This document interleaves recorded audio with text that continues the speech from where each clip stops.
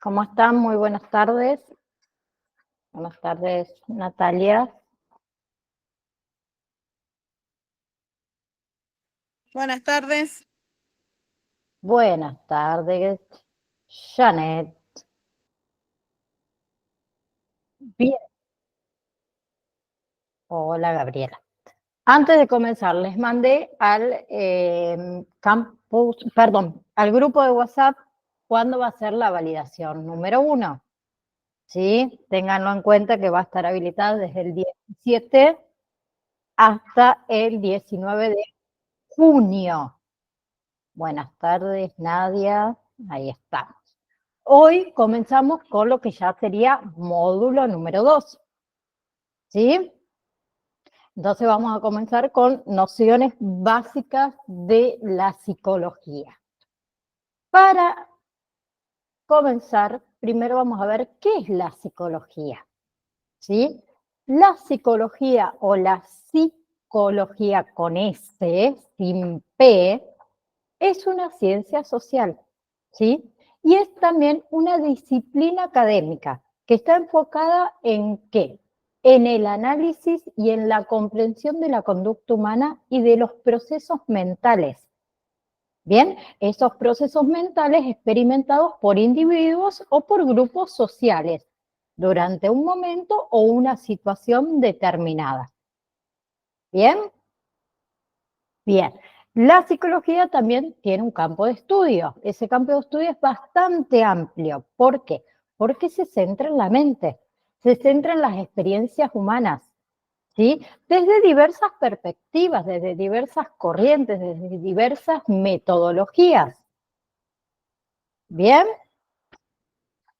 por eso decimos que tiene un campo bastante amplio, bastante extenso, ¿sí?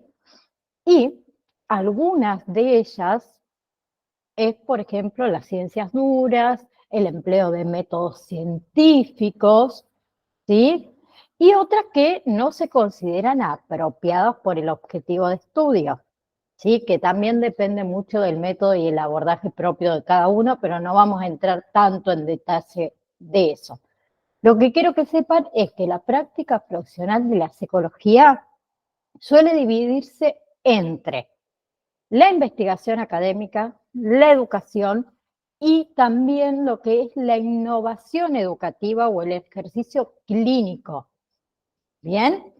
Y de eso deriva el trabajo terapéutico para atender y para resolver diversas dolencias de orden mental y emocional, psicológico, afectivo de cada paciente. Bien, otra cosa que no debemos confundir es a la psicología con la psiquiatría, ¿sí? Porque la psiquiatría es una rama de la medicina que estudia ¿qué? El comportamiento bioquímico del cerebro. No se ocupa del contenido emocional, contenido experiencial de los pacientes, ¿sí? Y tampoco la debemos confundir con lo que sería el psicoanálisis, ¿sí? Porque el psicoanálisis es una disciplina terapéutica y es una disciplina interpretativa derivada de los estudios de la mente humana según Sigmund Freud. ¿Bien? ¿Hasta ahí vamos? Bien. Entonces, orígenes de la psicología, ¿sí? La psicología en sí es una ciencia relativamente nueva, ¿sí? Que se desprende de la filosofía a partir del siglo XVIII, ¿sí? Se desprende a raíz de ¿qué? De las doctrinas filosóficas del imperialismo, ¿sí?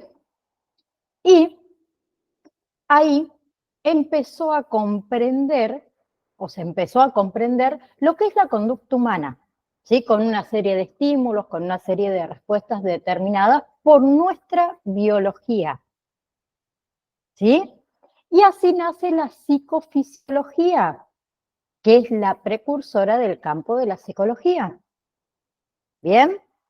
Esto a partir del ingreso de ¿qué? De las ciencias formales, ¿sí?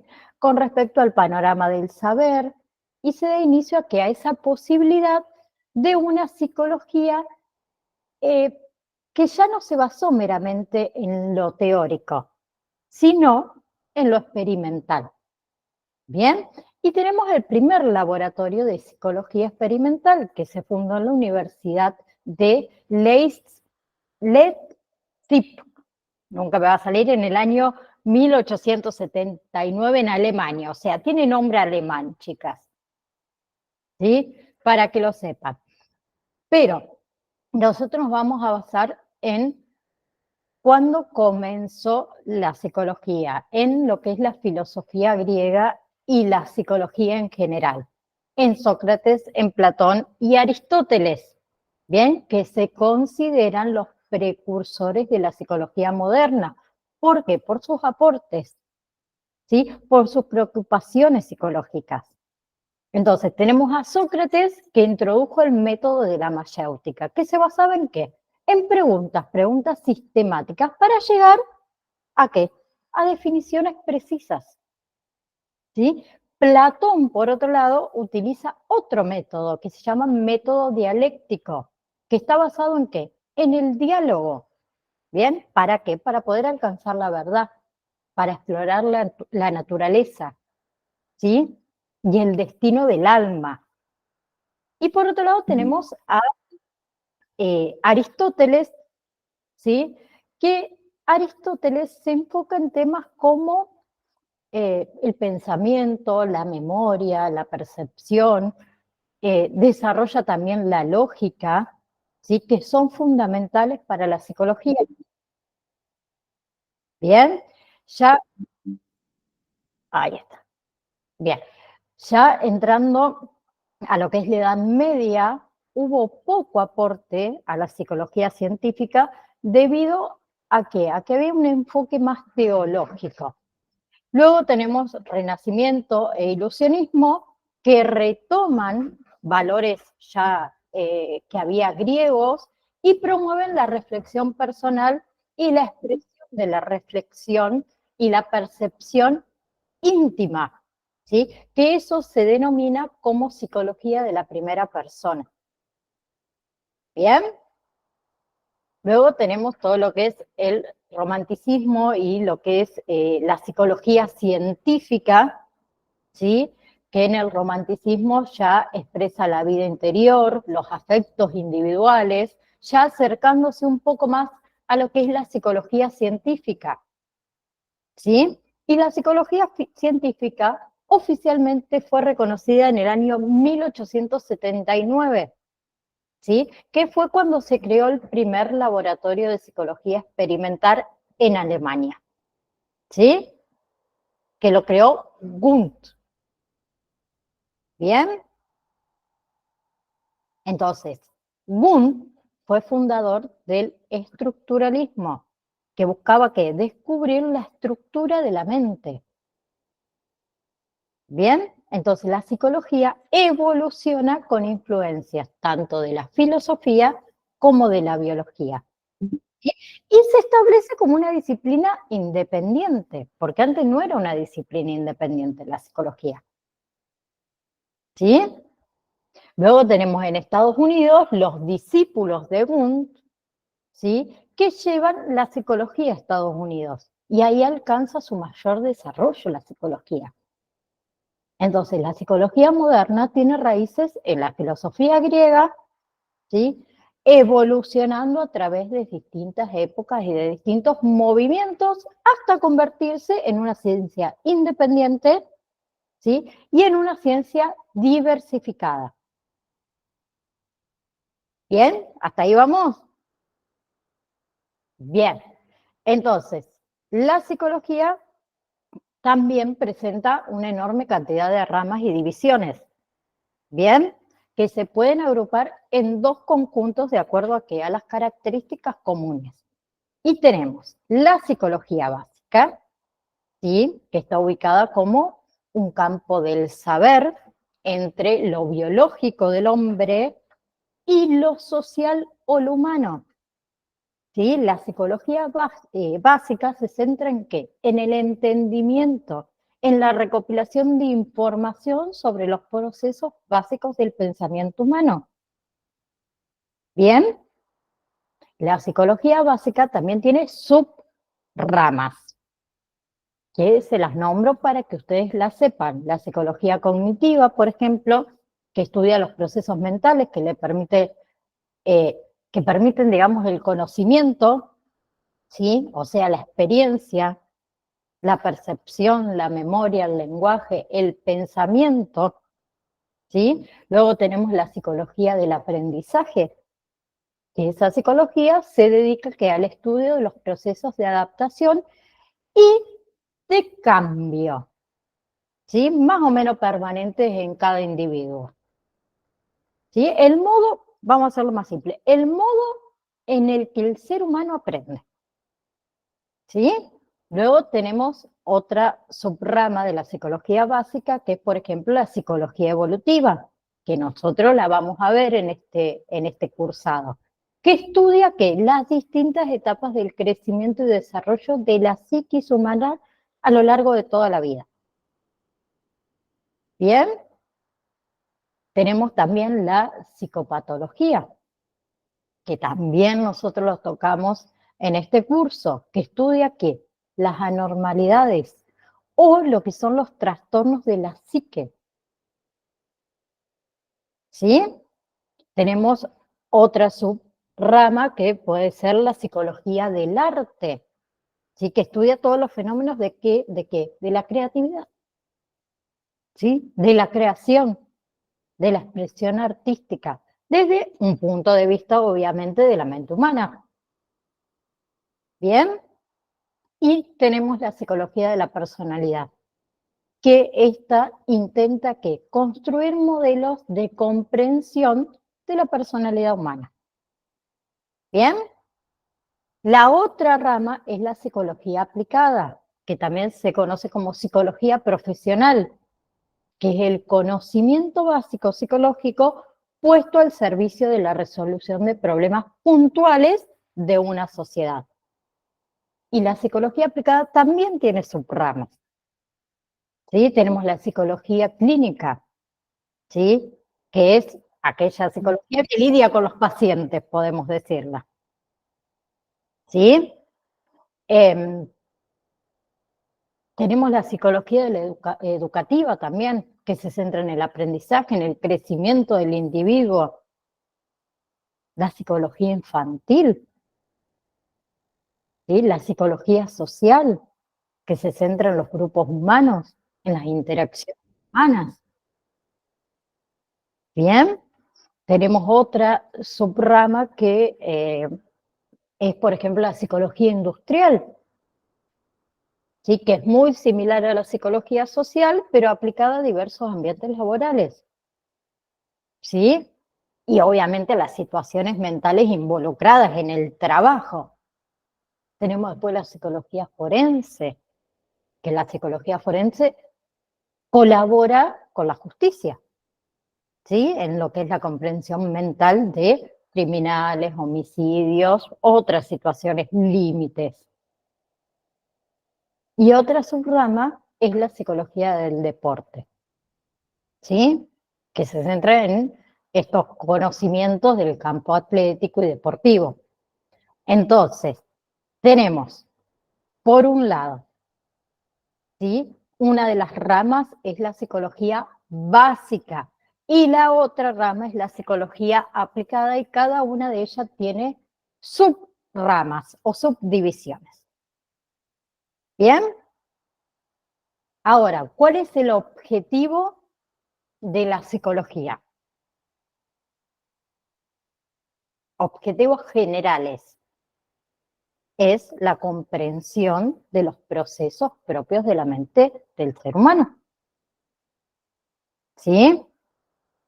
Y hay numerosos enfoques y metodologías. ¿Sí? Cada uno de esos enfoques y cada una de esas metodologías tienen un objetivo específico. ¿Sí? Tiene abordajes puntuales. ¿Sí? con respecto a la conciencia, al pensamiento, al aprendizaje. ¿Bien? Bien. Métodos de observación. Tenemos método de observación natural que se aplica a la psicología o método de observación naturalista, lo pueden encontrar así, que es uno de los métodos más utilizados en lo que son investigaciones, ¿sí? Y su fundamento se realiza en que en la observación de un sujeto o de varios sujetos, ¿sí? Ya sean personas o sean animales, haciéndolo directamente en el lugar donde habita, ¿sí? Y el investigador, ¿sí? Se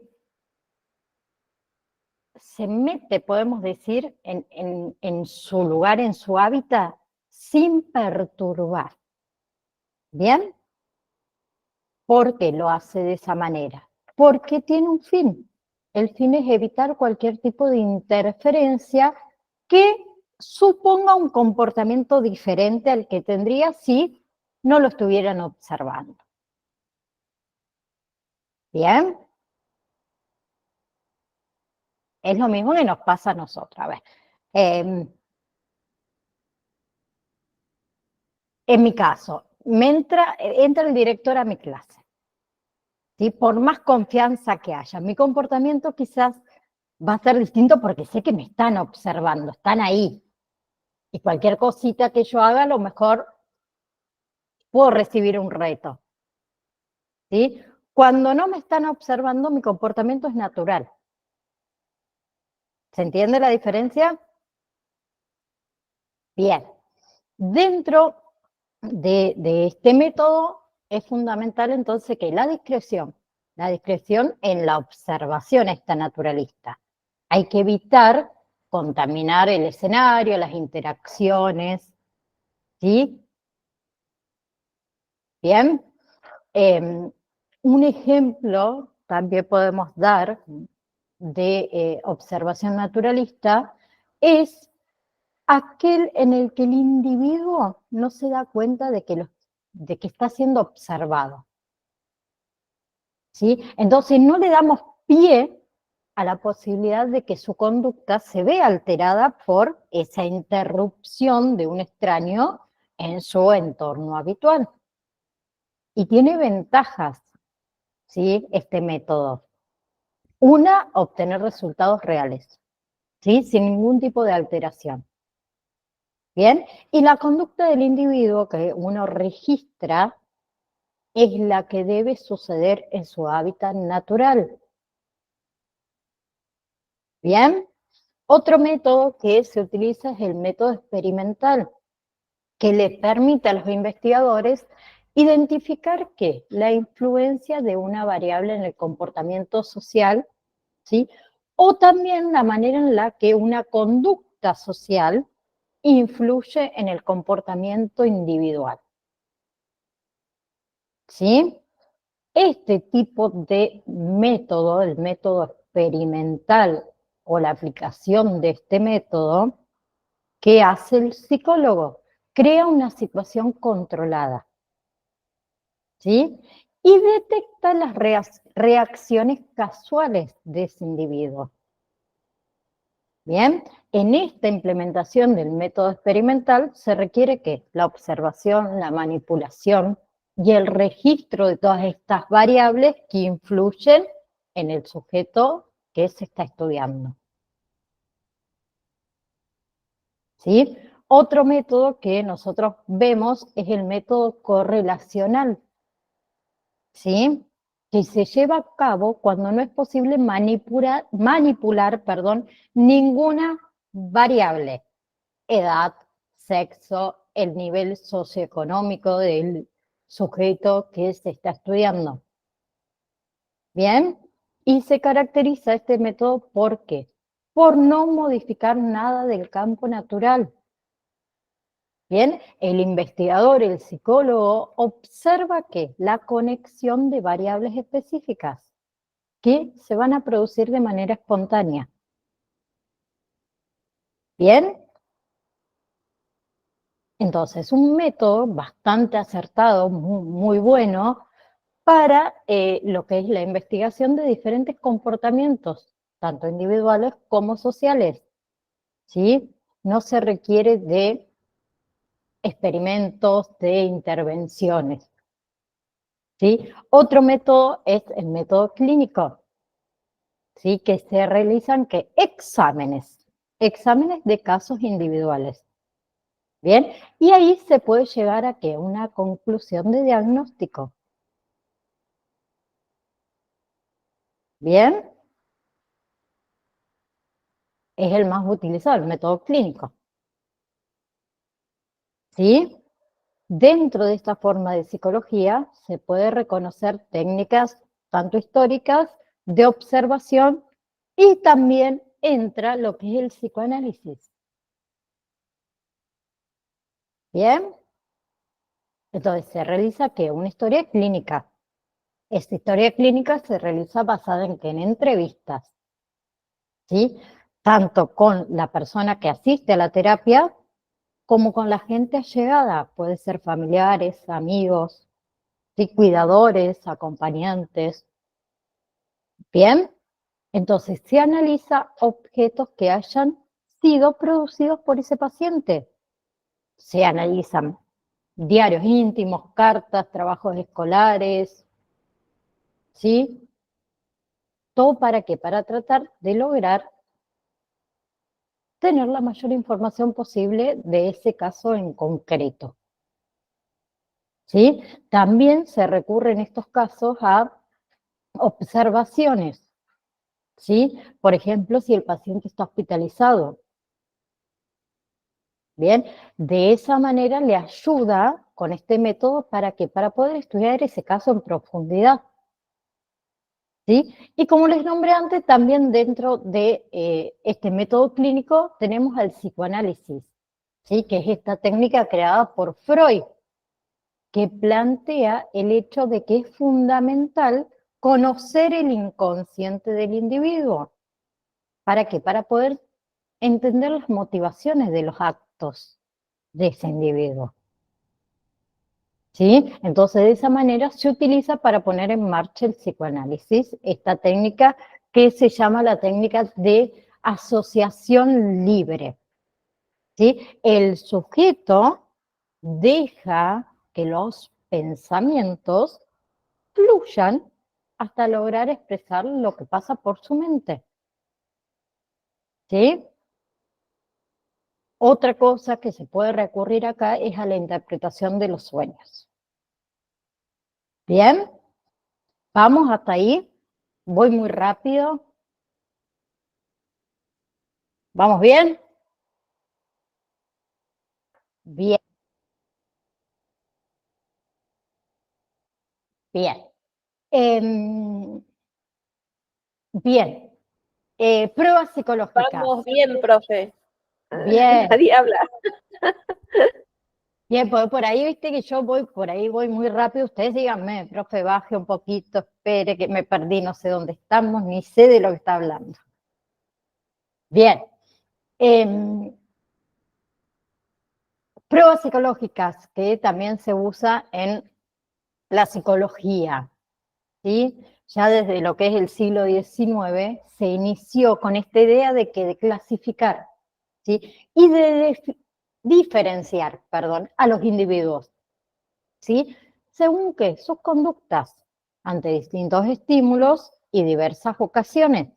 Entonces se hacen pruebas psicológicas. Estos test o pruebas psicológicas son procedimientos, ¿sí? Mayormente se presentan en forma de cuestionarios, en forma de tareas manuales, y el fin es medir características relevantes de ese individuo, de ese sujeto, ¿sí?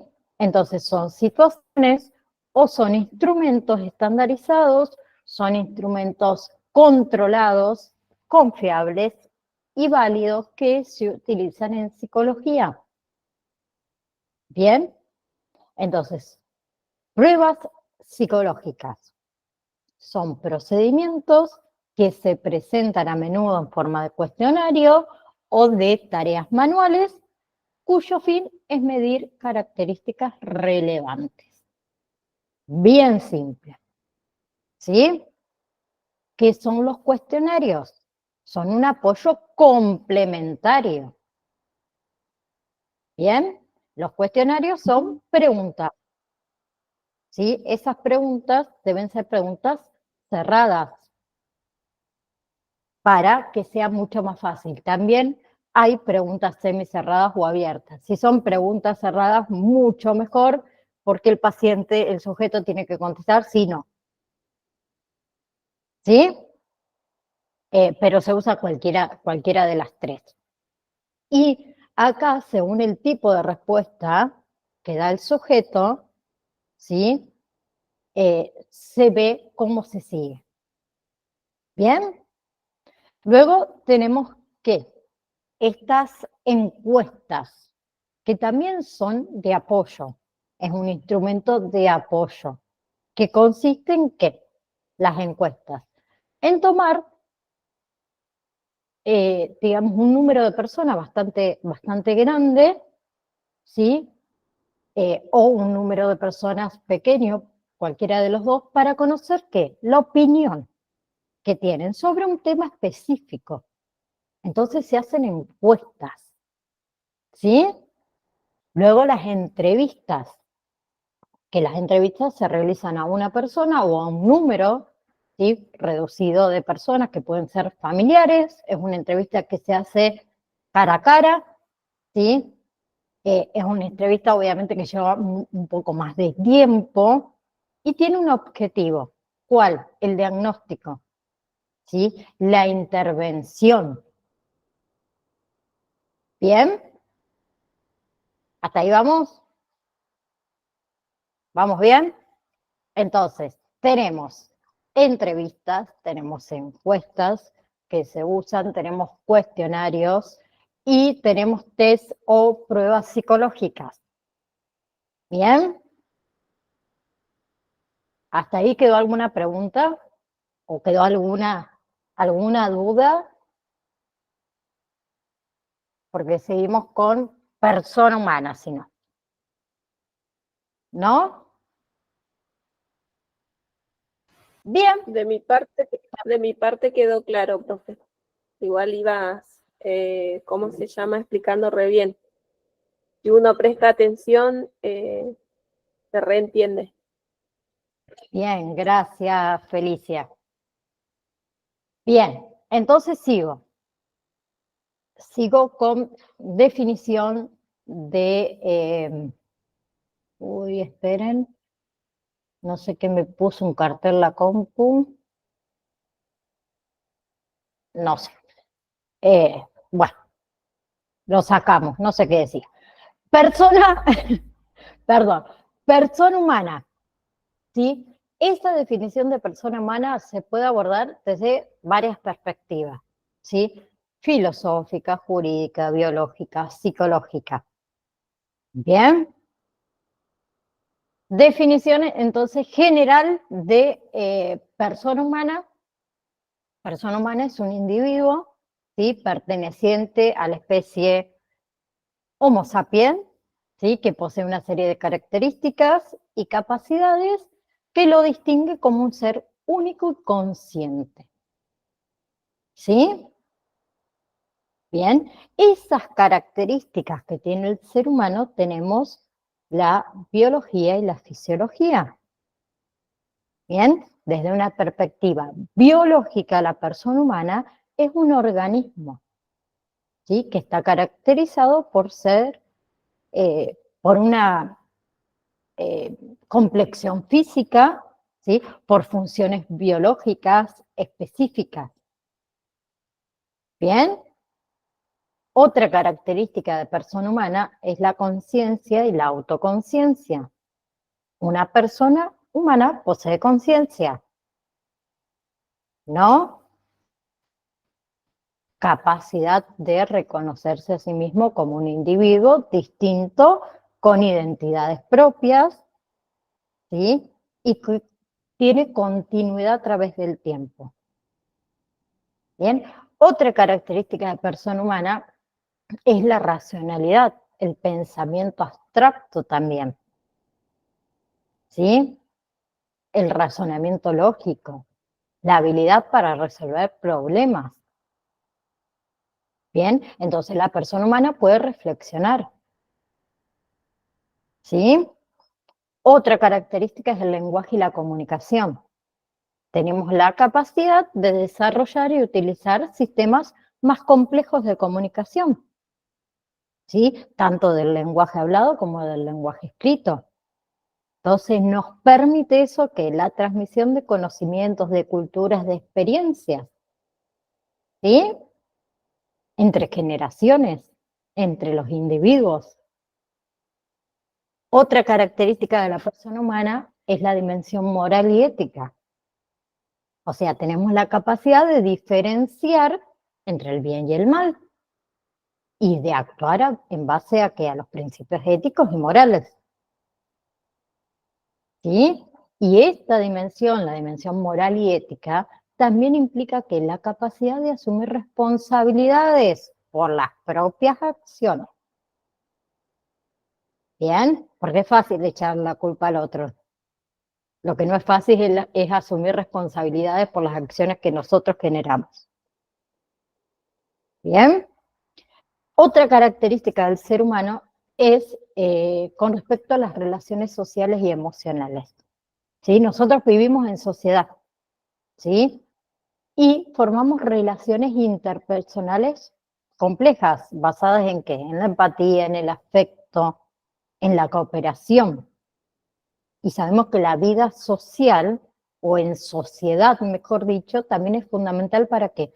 Para el desarrollo de la identidad personal, ¿sí? Para la pertenencia de un grupo. ¿Bien? También el ser humano o la persona humana tiene derechos y tiene dignidad. ¿Sí? Si hablamos ya de una perspectiva jurídica y ética, las personas humanas son titulares de derechos inherentes, el derecho a la vida, a la libertad, a la dignidad. Y esos derechos son reconocidos, son protegidos por diversas legislaciones, son protegidos por tratados internacionales. Así que tenemos derechos y tenemos dignidad. Bien, y por último, otra característica de persona humana es el desarrollo personal y creatividad. ¿Sí? Tenemos la capacidad de crecer, ¿sí? De desarrollarnos a lo largo de la vida, ¿bien? Tanto en habilidades físicas como intelectuales y emocionales, ¿sí? Y también la creatividad y la capacidad de innovar, que son aspectos también destacados de la evolución. ¿Bien? En cambio, por ejemplo, en filosofía, la definición de persona humana, ¿sí? Fue objeto de bastantes debates, ¿sí? Tenemos al filósofo Kant, que él ha enfatizado mucho en lo que es la dignidad, ¿sí? De la persona, basada en ¿qué? En su capacidad racional y autonomía moral. ¿Bien? Entonces, si nos basamos en diferentes autores, vamos a encontrar diferentes, ¿cómo es? Diferentes, se me fue la palabra. Conceptos, profe. Concepto, gracias, ya se me había ido, ¿viste? Estoy hablando mucho y ya me fui. Conceptos, exactamente. Gracias, no sé quién fue la que me ayudó ahí por ahí. Bien. Me quiero guiar del PDF para no perderme. Entonces, para resumir, persona humana es un ser racional, es un ser consciente de sí mismo, que tiene identidad propia, que está dotado de inteligencia, de sensibilidad, de voluntad, conforme por aspectos físicos, aspectos psíquicos, que lo hacen único. ¿Sí? Y entre esas dimensiones tenemos las dimensiones biológicas, psicológicas, sociales y éticas. ¿Bien? Otra cosa que vamos a ver, temperamento y carácter. ¿Sí? El temperamento, les pregunto, ¿ustedes qué opinan? ¿El temperamento es lo mismo que el carácter?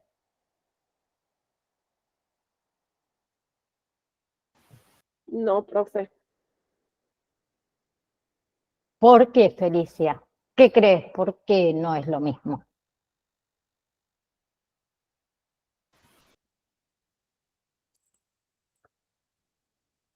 ¿Quién me levantó la Y mano y me la... porque Perdón. el carácter es lo que nos caracteriza y el temperamento es lo que por ahí salta en algún momento determinado para mí. Bien. ¿Alguien tiene algún otro concepto? ¿Están muy callados hoy? ¿No? Me quieren hacer hablar mucho, después me duele la garganta. No, mentira, les estoy jodiendo.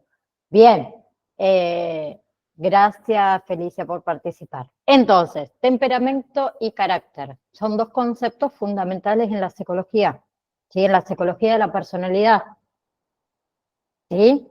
Están relacionados, pero describen diferentes aspectos de la personalidad del individuo. Por un lado, tenemos lo que es temperamento, ¿sí? Que se refiere a, ¿qué? A los aspectos biológicos e innatos de la personalidad, que están presentes desde el nacimiento, ¿sí? Marina. Marina, Hola, profe, ¿cómo está? ¿Se refiere a qué dijo el temperamento a los a los que de ahí? aspectos biológicos e innatos de la personalidad que van a estar Ok, ok. presentes desde que nacemos. Ok. No, ¿Sí? no le había prestado atención a la palabra que había dicho. No hay Eso problema. era. Gracias. Bien. El temperamento se basa, o es la base, podemos decir, emocional, ¿sí? La base reactiva sobre la que se desarrollan otras características de la personalidad, ¿sí? Entonces, el temperamento incluye ¿qué? Que es innato, como dijimos, y biológico. El temperamento es heredado genéticamente. Bien, y está presente, como dije antes, desde el nacimiento.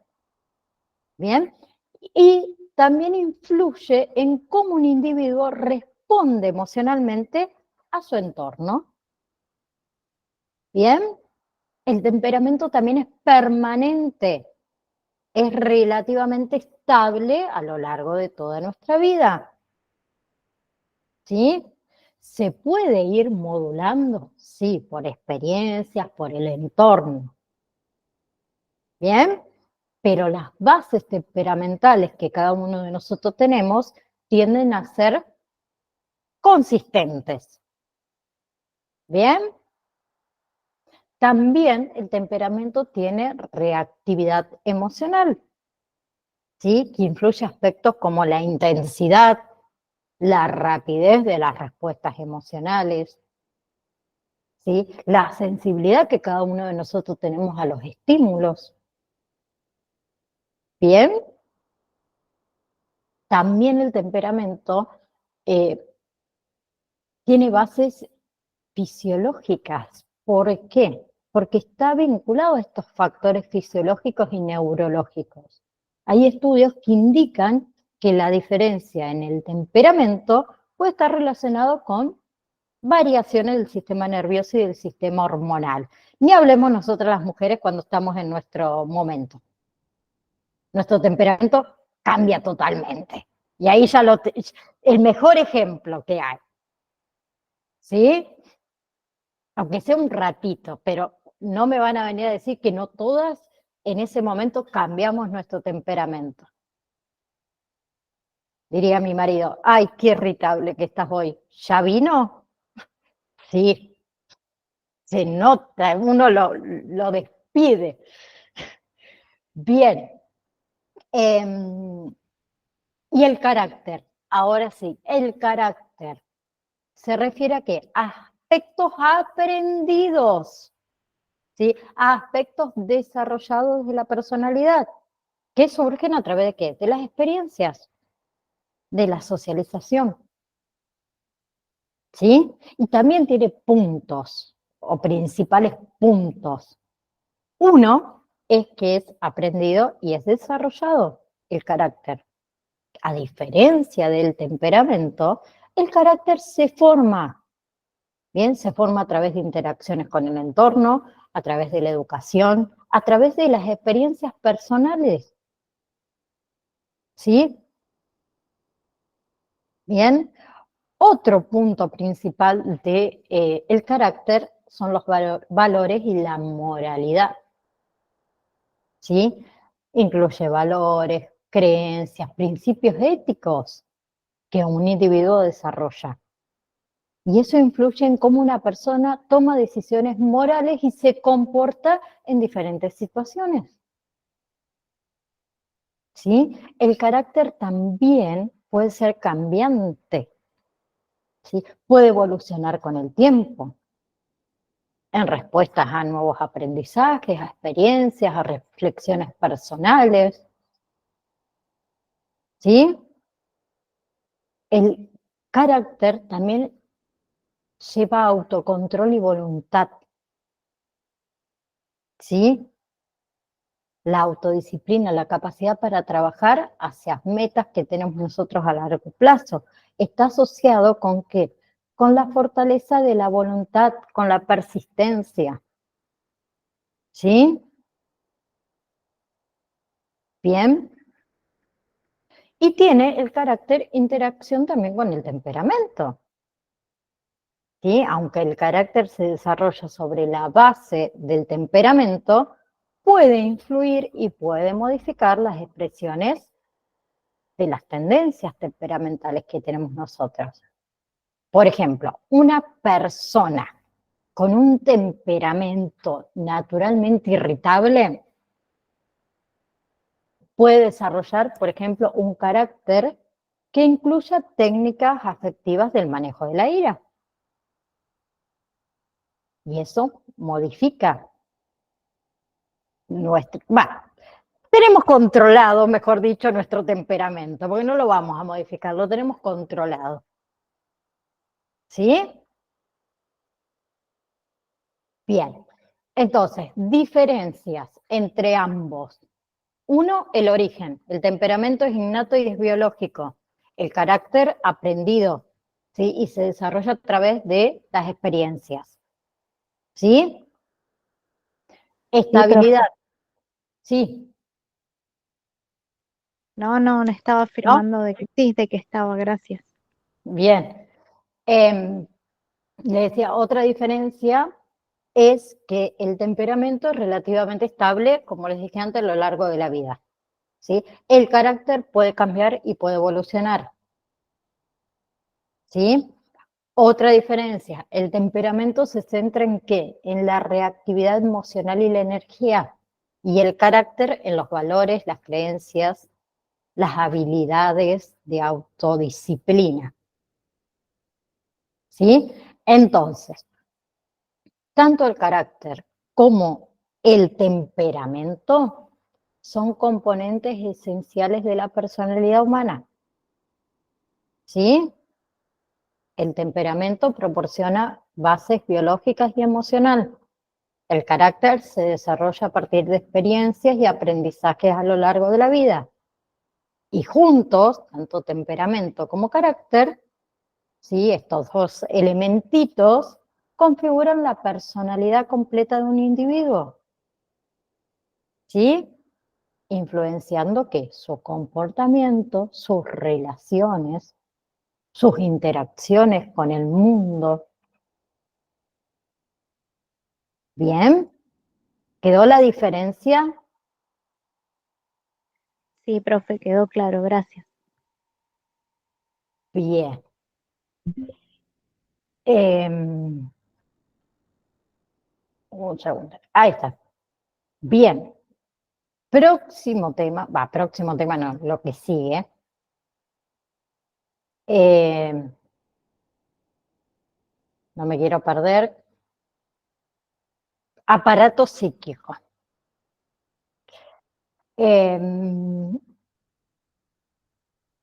No lo voy a, o sea, voy a comenzar un poquito hoy, pero no voy a ir a ninguno de los dos tópicos para que no me quede cortada la clase, sino que vamos a ver un poquito de la historia de nuestro queridísimo Sigmund Freud, ¿sí? Los datos biológicos de Sigmund Freud, así la clase que viene ya directamente los doy juntos para que no quede cortada la clase, los temas. Sigmund Freud fue un médico neurólogo, ¿sí? Judío, que es considerado el padre del psicoanálisis, ¿sí? Y es una de las figuras más relevantes del siglo XX. Bien, Sigmund Freud nació el 6 de mayo de 1856, ¿sí? En la República Checa.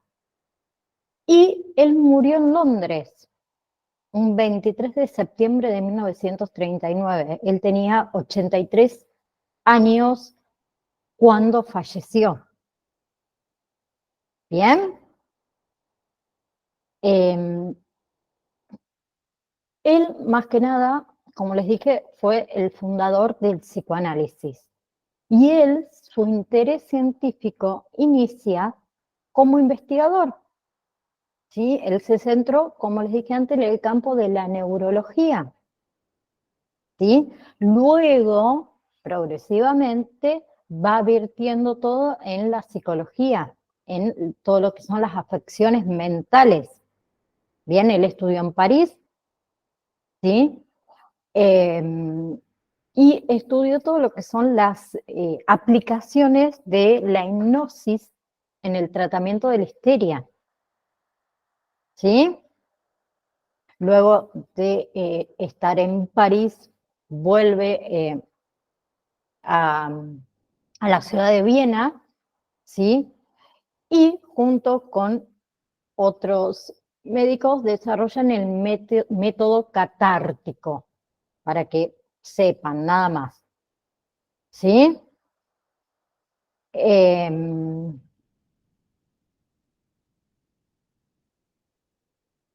También Freud, perdón, ¿quién está? Marina, Yo, profe. sí, ¿Cómo dijo el nombre? método catártico, no sé quién, No, no, el del doctor, el del Sigmund, médico. no lo dije, José, él colaboró en Viena, cuando vuelve, colaboró con otro médico que se llama Josep Breuer, ¿sí? Ok, Y ahí desarrolló lo que es el método catártico, ok, ¿sí? gracias.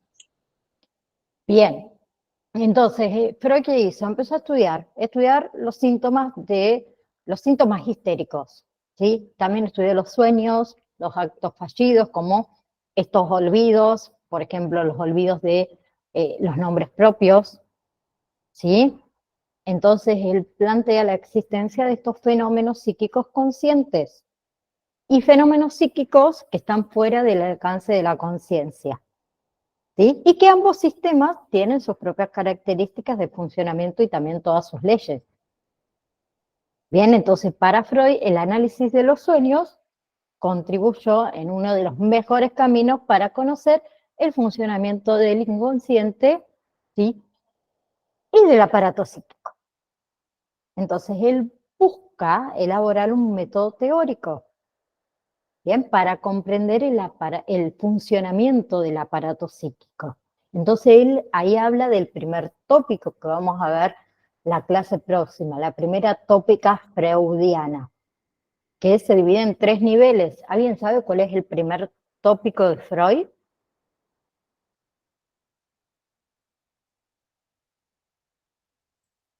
Alguien se tiene que acordar.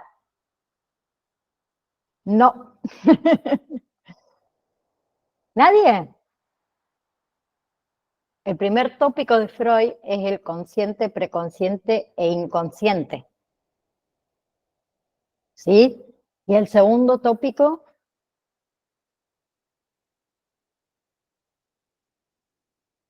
lo que queda, el ello, el yo, bien, y el super yo, bien, Natalia, exactamente. Bien, hasta ahí. Bueno, de a poquito, de a poquito, de a poquito. Esto en la secundaria seguro que lo vieron. En alguna materia lo vieron seguro. Bien, entonces, próxima clase vamos a hablar de la primera tópica, que era consciente, preconsciente e inconsciente, y vamos a hablar de la segunda tópica de Freud, que es el ello, el yo y el super yo. Bien, entonces vamos a ver. En el nivel consciente, les cuento, después la clase próxima lo retomamos, muy así por arriba, les cuento que en el nivel consciente se encuentra ¿qué? Los pensamientos, las emociones, las acciones, ¿sí? Que están directamente relacionadas con la realidad. ¿Bien? ¿Sí? Bien. Luego tenemos el nivel preconsciente, que es el nivel que se encuentra entre el inconsciente y el consciente, el del medio. Y el nivel preconsciente representa ¿qué? Los sentimientos, los pensamientos, las fantasías, por ejemplo. ¿Sí? Y el nivel inconsciente es el nivel menos accesible de nuestra conciencia. Y ahí se encuentra también ¿qué? Vivencias, deseos, sentimientos. ¿Sí? Les pregunto, a ver, ¿alguna vivencia que esté en el inconsciente puede llegar al consciente en algún momento de nuestra vida?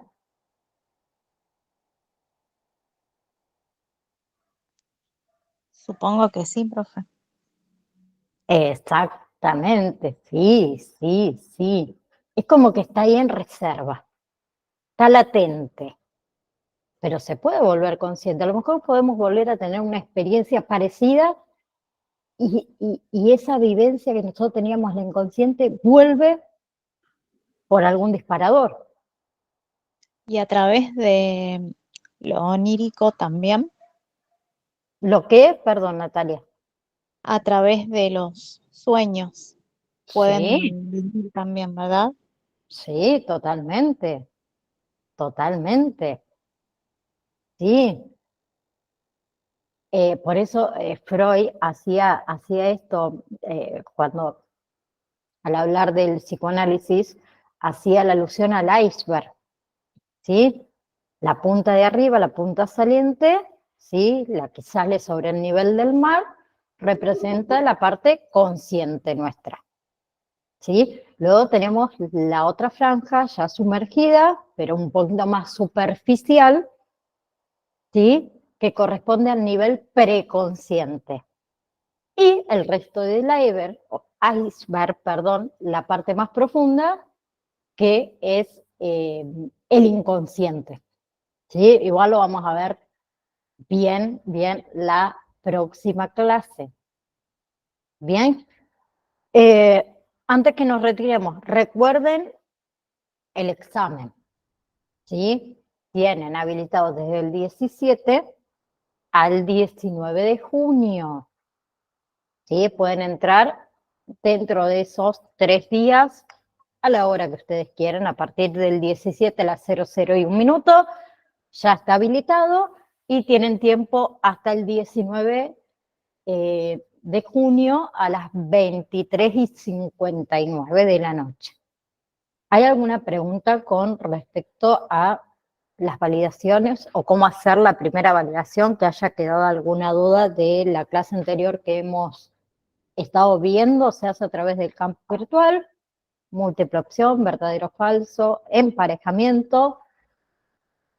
Cuando ustedes colocan comenzar intento, acuérdense que el tiempo empieza a correr, ¿sí?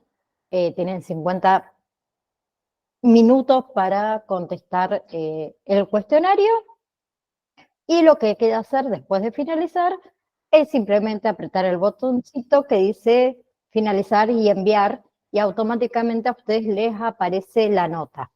Felicia. ¿A qué se refiere emparejar, profe? ¿Cómo sería eso? Ahí, Todas las otras opciones me las sé, pero la de emparejar no.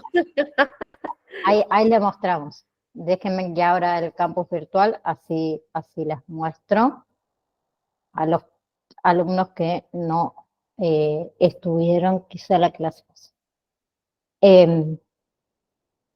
Yo comparto pantalla y por favor alguien me habilita el micrófono y me dice si se ve. Por favor. Sí se ve, profe. Gracias.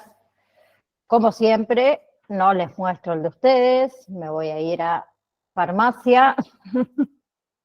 No hay nadie acá que está estudiando farmacia, ¿no?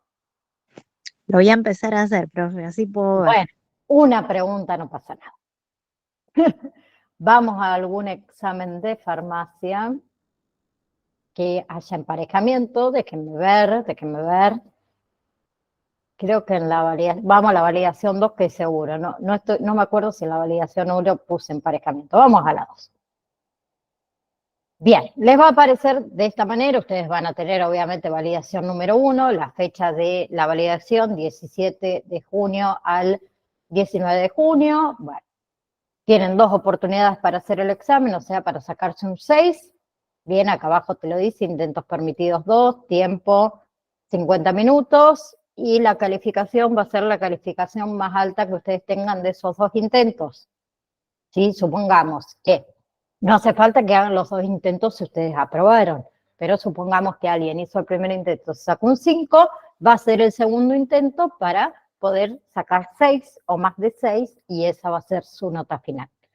Pero en fin, entonces, ustedes van a comenzar intentos, ¿sí? Y justo la primera es emparejamiento.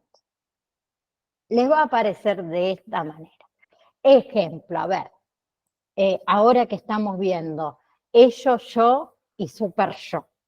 Las definiciones de cada uno. Entonces acá les va a aparecer, por ejemplo, ellos, yo, super yo, y ustedes van a tener que buscar la definición de cada uno y ir colocándola. Yo acá voy a poner cualquier cosa, ¿no? No estoy mirando. Y van a tener que colocar. Eso es emparejamiento, ¿se entendió? Profe, le hago una Sí. Sí, pregunta. profe, se reentendió. Las respuestas, o sea, ya están estipuladas, Sí, ¿verdad? Y ya están nosotros estipuladas. accedemos. Ustedes sea no que tienen que escribir bien. nada. No, Ah, bien, ustedes bien, no bien, de deben acuerdo. escribir nada, ya están estipuladas, tienen que buscarla, obviamente les va a Correcto. aparecer así, ustedes haciendo clic les va a aparecer las diferentes opciones y van a tener que ir buscando la correcta. De acuerdo. Listo, ¿Sí? gracias. Nunca en estas opciones hay 2 iguales. Bien, o sea que si yo en esta puse estudia los productos, en esta no puedo poner lo mismo. Sí, debería ser otra porque alguna de las 2 está equivocada. Y después las demás, a ver, verdadero o falso, por ejemplo, como esta. Y otra que les puede aparecer es múltiple opción. ¿Sí? Que pueden marcar varias, ¿sí? O pueden marcar una sola, porque también lean bien, que por ahí tienen múltiple opción, son varias las opciones correctas, pero una de las opciones dice, todas son correctas, por ejemplo, entonces si todas son correctas, marquen todas son correctas, no marquen cada una, porque si no las va a tomar como mal. Tengan en cuenta eso. ¿Sí? Bien, ¿alguna otra duda? Voy a dejar a ver si tengo otro, porque creo que viene otro profe ahora. No quiero ocuparle el lugar.